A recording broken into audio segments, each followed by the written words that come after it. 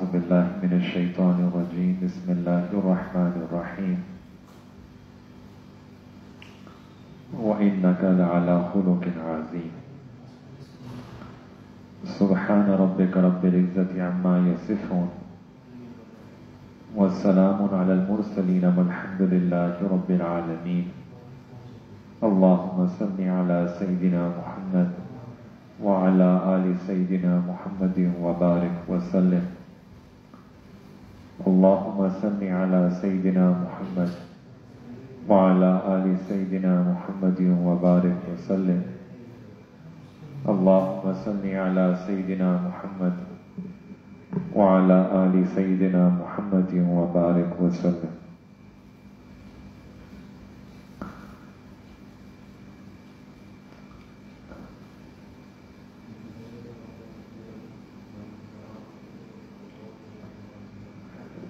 This is the month of Rabiul Awwal, and in this month, normally people, they talk more about the seerah and the sunnah of the Prophet ﷺ, so that we can use this as an opportunity to strengthen our relationship with the Prophet ﷺ. One aspect of seerah and the sunnah of the Prophet ﷺ is the akhlaq of Nabi alayhi salatu wasalam, the character. And in Quran Allah Ta'ala says that وَإِنَّكَ لَعَلَى خُلُقٍ عَظِيمٍ, that indeed we have given you the best of akhlaq. The most azim akhlaq have been given to the Prophet ﷺ. درخت جو ہوتا ہے وہ اپنے پھل سے پہچانا جاتا ہے. میٹھا پھل ہوتا ہے, کڑوا پھل ہوتا ہے. پھل سے انسان درخت کو پہچانتا ہے, اور اخلاق کے ساتھ انسان کو پہچانا جاتا ہے کہ جس کے اچھے اخلاق ہوتے ہیں تو یہ اچھا انسان کہلاتا ہے, جس کے برے اخلاق ہوتے ہیں وہ برا انسان کہلاتا ہے. انسان کی جو پہچان ہوتی ہے وہ اس کے اخلاق کے اوپر ہوتی ہے. اس کی عبادت پہ لوگوں کو نظر نہیں ہوتی. What you do in the privacy of your home, whether you're fasting, whether you're reciting Quran, whether you're doing zikr, whether you're praying salah, whether you're reciting tahajjud, اس پہ لوگوں کی نظر نہیں ہوتی. وہ تو انسان اپنے لیے کر رہا ہوتا ہے.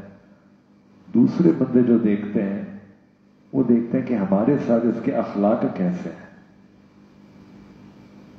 اور اخلاق سے انسان پہچانا جاتا ہے. چنانچہ قیامت کے دن جو سب سے بھاری عمل ہوگا, قیامت کے دن اعمال گنے نہیں جائیں گے, اعمال تولے جائیں گے. تو ایک سوال پیدا ہوتا ہے کہ سب سے وزنی عمل کون سا ہوگا؟ نہ نماز ہوگی, نہ روزہ ہوں گے, نہ تلاوت ہوگی, نہ ذکر ہوگا. جو سب سے وزنی عمل انسان کا اس دن اس کے اخلاق ہوں گے. تو چنانچہ we should try to learn about the akhlaq, the khuluqun azim of the Prophet ﷺ, and try to beautify ourselves with the same akhlaq. اور حقیقت یہ ہے کہ ہمیں چاہیے کہ اللہ تعالیٰ کے جو اخلاق ہیں ان اخلاق کے ساتھ اپنے آپ کو مزین کریں. ایک حدیث مبارکہ میں آتا ہے, ایک روایت میں آتا ہے کہ تخلقوا باخلاق اللہ,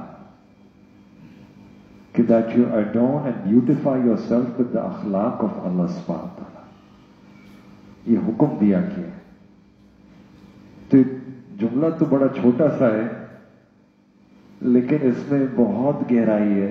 زندگی گزارنے کا پورا ایک طریقہ بتا دیا